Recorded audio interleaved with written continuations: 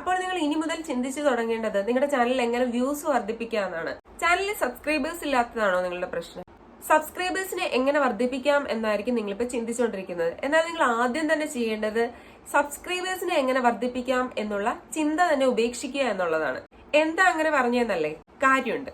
ഒട്ടുമിക്ക യൂട്യൂബേഴ്സും ചിന്തിച്ചു വെച്ചേക്കുന്ന ഒരു കാര്യമാണ് സബ്സ്ക്രൈബേഴ്സ് വന്നു കഴിഞ്ഞാൽ ഓട്ടോമാറ്റിക്കലി വ്യൂസ് വന്നോളൂ എന്നുള്ളത്. എന്നാൽ അത് നിങ്ങളുടെ തെറ്റായ ധാരണ മാത്രമാണ്. ശരിക്കും നിങ്ങളുടെ ചാനലിൽ വ്യൂസ് വന്നു കഴിഞ്ഞാൽ ഓട്ടോമാറ്റിക്കലി ഓർഗാനിക് ആയിട്ടുള്ള സബ്സ്ക്രൈബേഴ്സ് നിങ്ങളുടെ ചാനലിൽ വന്നുകൊണ്ടിരിക്കും. റിക്വസ്റ്റ് ചെയ്തു വരുന്ന സബ്സ്ക്രൈബേഴ്സ് ഒന്നും നിങ്ങളുടെ ചാനലില് ഇഷ്ടപ്പെട്ട് വരുന്നവരല്ല. അതുകൊണ്ട് തന്നെ നിങ്ങൾ അങ്ങനെ സബ്സ്ക്രൈബേഴ്സിനെ അച്ചീവ് ചെയ്യുന്നത് കൊണ്ട് നിങ്ങൾക്ക് യാതൊരു വിധമായ ബെനിഫിറ്റും നിങ്ങളുടെ ചാനലിൽ ഉണ്ടാകാൻ പോകുന്നതും ഇല്ല. അപ്പോൾ നിങ്ങൾ ഇനി മുതൽ ചിന്തിച്ചു തുടങ്ങേണ്ടത് നിങ്ങളുടെ ചാനലിൽ എങ്ങനെ വ്യൂസ് വർദ്ധിപ്പിക്കാമെന്നാണ്. വ്യൂസ് വന്നു കഴിഞ്ഞാൽ ഓട്ടോമാറ്റിക്കലി സബ്സ്ക്രൈബേഴ്സ് വരികയും ചെയ്യും, നിങ്ങളുടെ ചാനൽ ഗ്രോ ചെയ്യുകയും ചെയ്യും. അപ്പൊ ഇതിനുള്ള കുറച്ച് സൊല്യൂഷൻസുമായിട്ടാണ് ഞാൻ ഇന്ന് വന്നിരിക്കുന്നത്.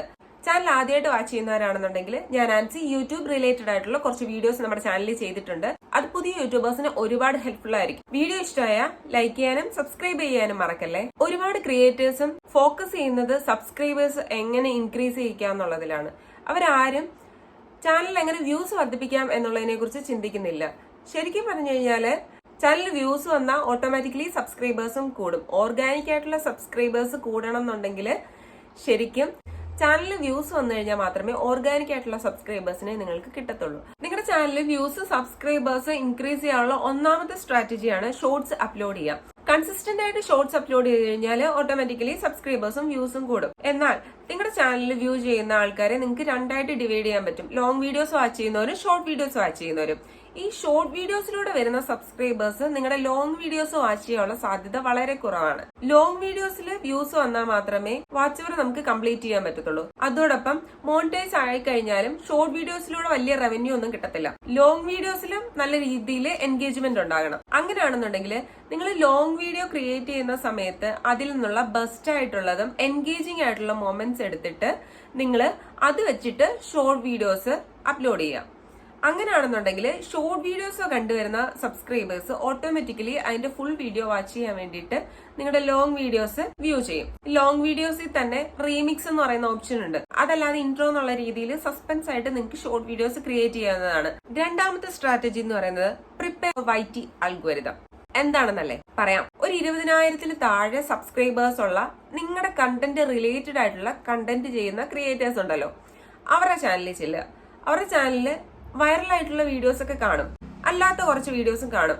നിങ്ങൾ അവരുടെ വീഡിയോസ് വാച്ച് ചെയ്യുക. ചില വീഡിയോസ് നല്ല ത്രെഡ് ഒക്കെ ആയിരിക്കും, പക്ഷെ അത് അത്ര രീതിയിൽ വ്യൂസ് ഒന്നും കിട്ടി കാണില്ല. ഒരുപക്ഷെ ടൈറ്റിലിന്റെ മിസ്റ്റേക്കോ തംബ്നെയിലിന്റെ മിസ്റ്റേക്കോ അല്ലെങ്കിൽ സ്ക്രിപ്റ്റിന്റെ മിസ്റ്റേക്കോ അല്ലെന്നുണ്ടെങ്കിൽ അവരുടെ പ്രസന്റേഷൻ ശരിയായി കാണത്തില്ല. അതുകൊണ്ടായിരിക്കാം അവരുടെ വീഡിയോസിന് വേണ്ട റീച്ച് കിട്ടാതെ പോയത്. അപ്പം നല്ല കണ്ടന്റുകൾ നോക്കി ചൂസ് ചെയ്തിട്ട് നിങ്ങൾ നിങ്ങളുടേതായ കുറച്ച് എലമെന്റ്സ് കൂടെ ആഡ് ചെയ്ത് നല്ല ബെസ്റ്റ് ആയ രീതിയിൽ അത് പ്രസന്റ് ചെയ്യാം. അതിനുശേഷം നല്ല തമ്പനയിലും ക്യാച്ചിങ് ആയിട്ടുള്ള ടൈറ്റിൽസും ഒക്കെ കൊടുത്തിട്ട് അത് അപ്ലോഡ് ചെയ്യാം. അത് അധികം ആരും കണ്ടിട്ടില്ലാത്ത ഫ്രഷ് കണ്ടന്റ് ആയതുകൊണ്ട് നിങ്ങളുടെ ചാനലിൽ വിജയിക്കാൻ സാധ്യതയുണ്ട്. മൂന്നാമത്തെ സ്ട്രാറ്റജിയാണ് ബൂസ്റ്റ് യുവർ റിട്ടൻഷൻ. നിങ്ങൾക്കറിയാം, വീഡിയോയ്ക്ക് എൻഗേജ്മെന്റ് കൂടിയാലേ റിട്ടൻഷൻ കൂടത്തുള്ളൂ. റിട്ടൻഷൻ വന്നാലേ യൂട്യൂബ് മറ്റുള്ളവരിലേക്ക് നല്ല രീതിയിൽ റെക്കമെൻഡ് ചെയ്യത്തുള്ളൂ. ഓഡിയൻസ് റിട്ടൻഷൻ കുറയുമ്പം യൂട്യൂബ് മറ്റുള്ളവരിലേക്ക് റെക്കമെൻഡ് ചെയ്യുന്നതും സ്റ്റോപ്പ് ചെയ്യും. അങ്ങനെയാണെന്നുണ്ടെങ്കിൽ നിങ്ങളുടെ വീഡിയോസ് നല്ല രീതിയിൽ എൻഗേജ്ഡ് ആക്കി നിർത്താൻ പറ്റണം. അങ്ങനെ എൻഗേജ്ഡ് ആക്കി നിർത്താൻ വേണ്ടിയിട്ടുള്ള ഒരു 2-3 ടിപ്പ് പറയാം. ഒന്നാമതായിട്ടുള്ളത് ഇൻട്രോ. നിങ്ങളൊരു ഇൻട്രൊഡക്ഷൻ പറയുന്നത് ശ്രദ്ധിക്കുക. Hi guys, welcome to our channel, please subscribe എന്നൊക്കെ പറഞ്ഞുകൊണ്ട് നിങ്ങൾ നിങ്ങളുടെ ഇൻട്രോ തന്നെ ആദ്യം വലിച്ചു നീട്ടി കൊണ്ടുപോകുകയാണെന്നുണ്ടെങ്കിൽ ഓഡിയൻസിന് അത് ഇഷ്ടപ്പെടണമെന്നില്ല. അവർ വീഡിയോ സ്കിപ്പ് ചെയ്ത് പോകത്തേ ഉള്ളൂ. അത് എത്രയും ഷോർട്ട് ആക്കുക. രണ്ടാമതായിട്ടുള്ളത് ട്രീസർ. നിങ്ങളുടെ വീഡിയോയിൽ എന്താണ് പറയാൻ ഉദ്ദേശിക്കുന്നത് എന്നുള്ളതിന്റെ ഒരു ചെറിയൊരു ട്രീസർ നിങ്ങളുടെ വീഡിയോയുടെ ആദ്യം ആഡ് ചെയ്യുക. മൂന്നാമതായിട്ടുള്ളതെന്ന് പറയുന്നത് എഡിറ്റിംഗ്. നിങ്ങൾ വീഡിയോയിൽ അനാവശ്യമായിട്ടുള്ള ഭാഗങ്ങളൊക്കെ കട്ട് ചെയ്യുക, വലിച്ചു നീട്ടുന്നതൊക്കെ ഒഴിവാക്കിയിട്ട് നിങ്ങളുടെ കണ്ടന്റ് ഏറ്റവും ചുരുക്കി നല്ല വൃത്തിയായിട്ട് നല്ല രീതിയിൽ പ്രസന്റ് ചെയ്യുക. നമ്മുടെ നാലാമതായിട്ടുള്ള സ്ട്രാറ്റജി എന്ന് പറയുന്നത് ബിൽഡ് ഓഡിയൻസ് ദാറ്റ് കണക്ട്. നിങ്ങളുടെ ചാനലിന്റെ ആദ്യത്തെ 1000 സബ്സ്ക്രൈബേഴ്സ് എന്ന് പറയുന്നത് ശരിക്കും പറഞ്ഞാൽ നിങ്ങളുടെ ഒരു ഫൗണ്ടേഷൻ ആണ്. ആ ബേസ് തന്നെ നല്ല രീതിയിലായിരിക്കണം. ഈ 1000 സബ്സ്ക്രൈബേഴ്സ് ഓർഗാനിക് സബ്സ്ക്രൈബേഴ്സ് ആണെന്നുണ്ടെങ്കിൽ നിങ്ങളുടെ ചാനൽ ഗ്രോ ചെയ്യാനുള്ള സാധ്യത വളരെ കൂടുതലാണ്. അല്ലാതെ നിങ്ങൾ റിക്വസ്റ്റ് ചെയ്ത് വരുന്ന സബ്സ്ക്രൈബേഴ്സ് ആണെന്നുണ്ടെങ്കിൽ നമ്മുടെ വീഡിയോസിൽ ഇൻട്രസ്റ്റഡ് ആയിരിക്കണമെന്നില്ല. അങ്ങനെ റിക്വസ്റ്റ് ചെയ്ത് വരുന്ന സബ്സ്ക്രൈബേഴ്സ് ഒരിക്കലും അവർ ലോങ് ടൈം ആയിട്ട് നിൽക്കുകയില്ല. അതേസമയം ഓർഗാനിക് ആയിട്ട് വരുന്ന സബ്സ്ക്രൈബേഴ്സ് ആണെന്നുണ്ടെങ്കിൽ അവർ ഇഷ്ടപ്പെട്ട് വരുന്നവരാണ്. അവര് നമ്മുടെ വീഡിയോസ് കണ്ടിന്യൂസ് ആയിട്ട് വാച്ച് ചെയ്യുന്നവരാണ്.